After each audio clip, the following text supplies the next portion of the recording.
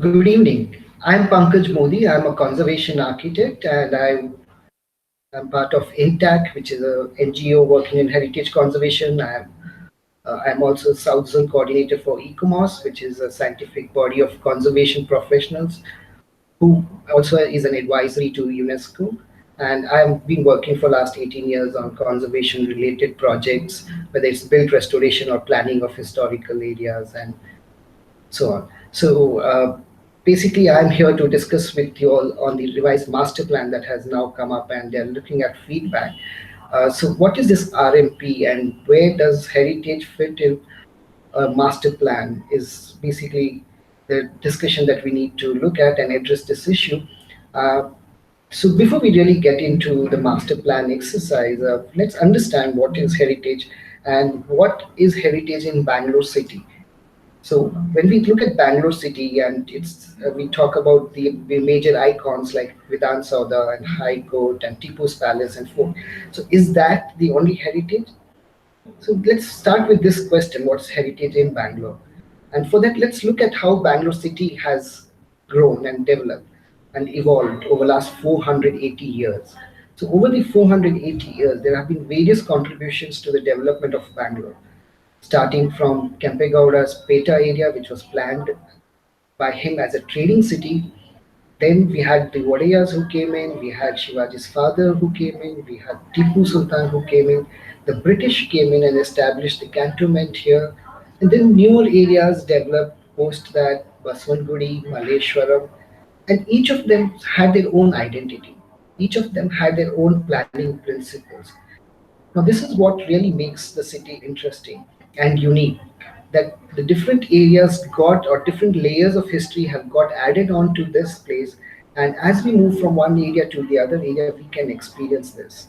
And this came about just not from planning, it is from the people, from the activities that they were doing. You take the Peta area where economic activities were happening, you have the Karga festival. You come out from here towards Bull Temple. You have the Kadlekai Parishe. You go to Frasertown. You have the Mosque Road and the Road. Uh, so different areas developed because of the kind of culture over there, the people over there, the lifestyles, the activities that they were doing. Take Shivaji Nagar, for example, the Russell Market and St. Mary's Basilica. So each of these places had their own character, and that's what makes it an interesting city because you can experience this even today. If I'm in an area of Avenue Road and Chickpet and RT Street, we have a 480 years old layer of history. We go to Gavipuram, we have the cave temple, we have the hillocks over there, we have the water bodies over there, we have the old communities who are still like having their activities over there. Move to Bull Temple, you still have this Kadlekai Parishet being celebrated every year. So various parts of the city have to be recognized to maintain this uniqueness and the identity of the city. What contributes to the uniqueness and the identity of the city is what we can consider as the heritage of the city. So be it the festivals, be it the culture, be it the communities, be it the water bodies, be it the towers of Kempegowda that were built, be it the planning, be it the topography, because topography is one of the major reasons of how the city has evolved, where Peta was established and how the lake system got developed. And then we have the rock formations in Lalbagh, which is considered to be the oldest. So we have to recognize the natural heritage that we have. We have the built heritage by the people, and we have the cultural heritage. All these come together to give the uniqueness and the identity to the city. So that is what we first need to recognize. Heritage is not just limited, as we all largely know, that whatever is protected by Archaeological Survey of India or any other archaeology department. For that matter, in Bangalore, we only have about seven protected monuments, two which are protected by Archaeological Survey of India. You have the fort and the Tipu's Palace, and there are five which are protected by the State Department of Archaeology. Largely, none of the other places are protected. So, in a way, Bangalore is having a lot of unprotected heritage. So, it's totally vulnerable to the development process. You lose the character of the city, you lose the buildings in the process, the experience or the uniqueness of the city. And this is where it becomes important for us that there are local tools which can protect the unprotected heritage. And when we mean protected, it's not like we need to preserve these things. They are not monuments per se, which needs to be preserved, but they lend a character to the city. So how do we kind of developing them or evolving them? And there are some very good examples right in the city of how they've been replanned, whether you take the whole road, the boulevard, or you take the Freedom Park, which was converted from the central jail, integrated well back into the city's culture, city's lifestyle, and that is the one way of conserving our heritage. So, can these examples extend into something larger at a policy level where we can protect or kind of develop these heritage areas more sensitively? And that is where I see the role of master plans, which can act to some extent. It's not that only master plan is a tool to conserve our heritage, but that's one of the ways in which we can conserve the heritage. So we need to look at these master plans and how they can kind of retain the character and develop it in a sensitive way so that you don't have everything lost, the uniqueness of the city that gets lost. If let's talk about something that this master plan 2031 has really achieved, and this is the first time we see that they are addressing heritage in a master plan in Bangalore. And you have the heritage zones which have come up. So largely it would be normally only buildings, but here for the first time we have zones of similar characters which have been identified. So that's a good step. I mean, I would look at these as a beginning that has been made, but we need to look at it more comprehensively, because in this master plan, when we start looking at the zones, only the buildings in those have been identified, some of the historical buildings that are there, and they have been identified. So the question also comes is, how do you identify heritage? What do you consider of heritage? Generally, a lot of thought has been that anything that is above 100 years. So that's a very archaic way of thinking. I mean, it used to be the way Archaeological Survey of India initially used to identify some buildings so that they can take a stock of what to protect, because there's so much of heritage. But that's not the only way to give a heritage status to a building. So heritage status can be given technically. What we do in a process called listing is define certain values to these buildings. Now, some of these buildings may have age value or historical value. Some of them may have a architectural value because their character is very interesting. Sometimes a building is associated to certain personality. It becomes valuable for that.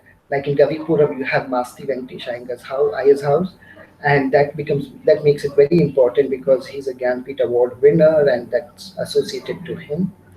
So we have these kind of association values to it. You have the water bodies which sustain the city, the lake system that is there, that needs to be considered as a environmental and ecological value. The parks of Bangalore, look at Kabad Park, Lal Bagh, they're just not open spaces. They go beyond just being open spaces. So there's a whole diversity of this heritage values which can be assigned and which can help in defining what is of heritage and what lends character to the city and to the work sustainability of the city. Once that is done, we can actually try to see how to kind of protect these places. So coming back to the zones that we are looking at, I mean, it's just not the building, it's the character of these zones. You drive through the whole Kaban Park area or MG Road area or around Viran Sauda, there is a certain character. So even the new buildings that come in should contribute to the character that's there, should be in harmony with these buildings. Can the master plan give guidelines to what these new developments that will come up in these areas? It is one thing to consider that these are buildings of value and we need to kind of conserve them.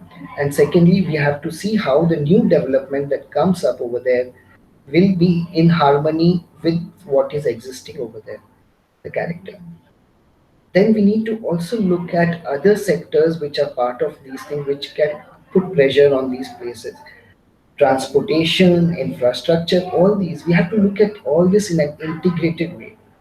You can't identify a zone, for example, you've done Peta zone in the revised master plan, and just say that there are 5 buildings to be protected or 10 buildings to be protected. There is a whole character which is there. There are temples over there, there are open spaces which are related to the culture and the activities of the people over there. There are trees over there, sacred trees which are there. So most of these have to be recognized. And then what kind of commercial activities are around that? So the land use that you look at, the transportation, if that's putting a pressure that you have to widen the road, but if that's at the loss of the heritage, then we have to relook at the transportation plan, the infrastructure that comes up in these areas. So it has to be a very integrated way of looking at each of these zones. A multidisciplinary approach is required to conserve any city's historical areas. And that's how we should be approaching these. But as I said, this is a beginning. They have recognized it. And we have the different 12 zones that have been identified and 500 odd buildings, but they're not very comprehensive. However, there is a mention in the master plan that there will be a heritage committee that will be set up. Now, it will be the role of this committee to look at how this listing or identification of heritage becomes more comprehensive. How can it be better managed in a more multidisciplinary way? And for that, I would even advise that the BD and BBMP has a technical cell which supports this particular heritage committee in advising them all these uh, zone-wise regulations and zone-wise planning. They can have zonal plans for each of these heritage zones that have been identified. We can look into it in more detailed way. So these are some of the things that we can do through the master plan. Unfortunately, lakes have not been recognized. It's good that lakes are being protected in a different way but not recognized as heritage. The other issue which I found in the present master plan is that they don't look at the whole setting, in the sense, if I give you an example of Hariyaraguda temple or the Gavi Gangadeshwara temple, it is the entire hillock with the temple which becomes an important feature. So one needs to recognize those open spaces which are associated with the temple where the activities of the temple spread out needs to be recognized. In cases of parks like Lal Bagh and Kaban Park, buildings have been identified, but the park as a whole was planned. It's a planned park. Like in Kaban Park, you had different streets, different roads which were lined up with different species of trees, and there's a definite planning principles which are applied to the setting of these parks. So one needs to recognize those. It's just not to recognize it as an open space or the buildings individually, but one needs to recognize it in a more holistic way of these things. So these are the things that we need to recognize when we are doing a master plan, and more so in a city like Bangalore. We should be kind of looking at the challenge of how they evolve. We are not looking at freezing these heritage buildings or the heritage stock that we have, but we should allow them to grow. So there are buildings which can be allowed to take up a different use so that economically they can be sustainable. That kind of model should be allowed. So these policies, if they can address what changes can be allowed, how much can be changed, which of these buildings, that would be good. That can be done through a system of grading, which is right now missing in the RMP. So grading of the heritage buildings, which can also help in saying that which buildings are allowed to change to certain extent, while which buildings should remain uh, as they are, and maybe some repairs and restorations are possible. So the higher grade buildings you can allow for those things. So grading would be a very important exercise. The other main thing that we have to really see are, like, if we take Bangalore's heritage, I would really see it as a lot of public buildings that are there, and then you have a lot of private buildings. So while public buildings, it's the government's responsibility anyway to protect them. You really don't need them to be mentioned in the master plan, but since they're recognized, it's good and it's their responsibility, so that we don't have to do a firefighting exercise every time, like when it came up to Balaguru's demolition and so on. But when it comes to private buildings, we really have an issue because of the economic values that the places have. And a lot of these buildings are getting demolished for that purpose. Can we find ways in which these buildings can be saved or the owners can be compensated? Now, world over, there are many schemes which are available, so I would suggest that these schemes be studied, be it the TDR, be it repair fund that's given, be it the restoration matching grant that can be given to these buildings. It would be good to encourage these kind of incentivizing the private owners so that they are encouraged to save the building, make the changes as per your lifestyle. And policy should allow for that, but then you still retain those things which add value and character to a city. So that is something which the RMP should address, incentivizing this place. And lastly, I would look at Bangalore as an evolving city. It's not that a city that's frozen in time. It's we are seeing it as 480 years of city's history within its built character. So it should be a little more dynamic. I mean, it's that we allow for kind of spaces where people have their activities, where people come out, people meet, the lifestyle is encouraged, the activities are encouraged. You have cultural spaces of the city, like around the town hall, you have the Kala Kshetra and so on. So these kind of cultural activities should be encouraged more.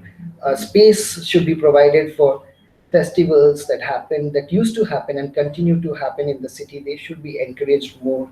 So the kind of the way the streets are developed also should be blending with the activities that happen maybe once in a year and so on.